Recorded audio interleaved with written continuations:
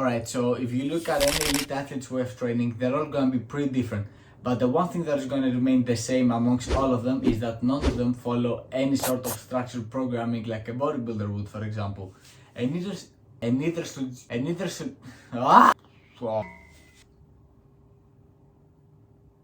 should you if you're looking to make any sort of meaningful progress. And in this video I'm gonna be explaining why. Let's start with the most obvious one.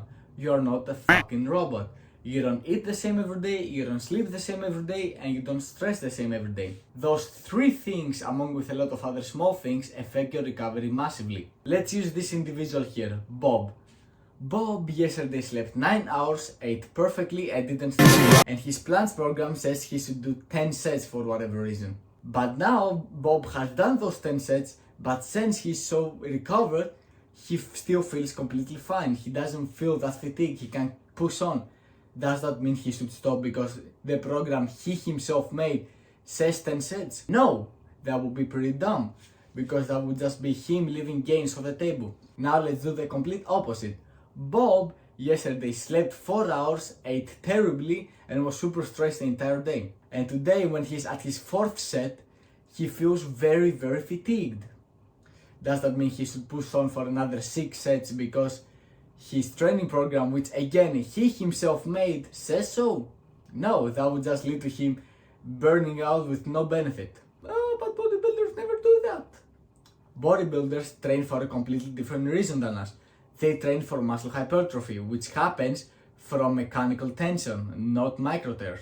And that mechanical tension is gonna happen whether they curl 20 kg or 5 kg. The only thing that matters at the end of the day for them is pushing to failure and having a consistent rep range. But we calisthenics athletes obviously focus on strength, but also on neuromuscular adaptation, which basically means our nervous system needs to teach our muscles how to use their strength for a skill like the plunge, for example. So if a bodybuilder on his best day does 20 kg for 10 reps, and on his worst day he does 5 kg for 10 reps, assuming both of these sets are to failure, they're gonna produce the same results. But Bob, who happens to be very tired today, instead of doing a full planche push-up to press, he drops down the progression and does a straddle push-up to press.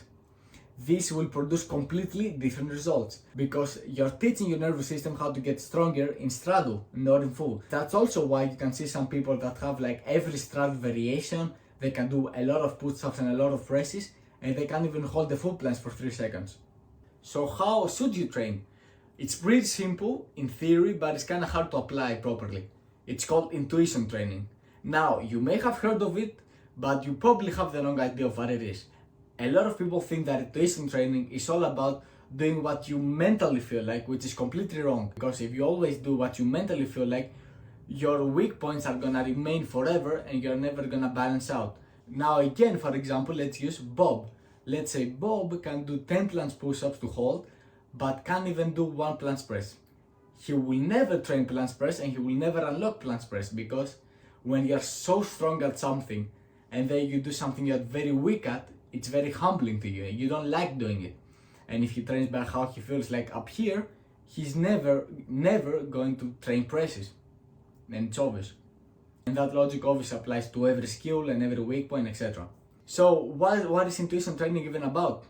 It's about having XY core training principles, which you get from either spending years experimenting or just getting a coach so he can tell you those XY principles, and you adjust them during the workout based on how you feel. If you are at your 5th set and you feel extremely fatigued, you don't continue, you don't try to push yourself, or you don't drop down the progression because I already told you why. You just stop. But if you're like at your 10th set, quote unquote your last set, and you feel completely fine, you don't stop, you continue, because you're just leaving gains on the table in that scenario. And don't let any retards that can't even full plans themselves tell you that intuition training doesn't work. Just because they haven't understood how to apply it to their own training doesn't mean it doesn't work, obviously. Right, so to wrap everything up, don't follow programs or ebooks. Get your core training principles down either by experimenting or getting a coach. Listen to your body and adjust your training based on the training principles you know and how your body feels, obviously. Don't listen to retards that aren't making any progress. and then you may actually unlock some cool skills. Anyway guys, that was the video. Sorry if I kind of like look like a robot or sound like a robot. This is like still very uncomfortable for me, but I'm assuming it's gonna get better with time. If y'all have any video ideas, comment them down below, and if y'all enjoyed the video or found it useful, comment, like, subscribe, blah blah blah, you know, all those things. And yeah, that's it.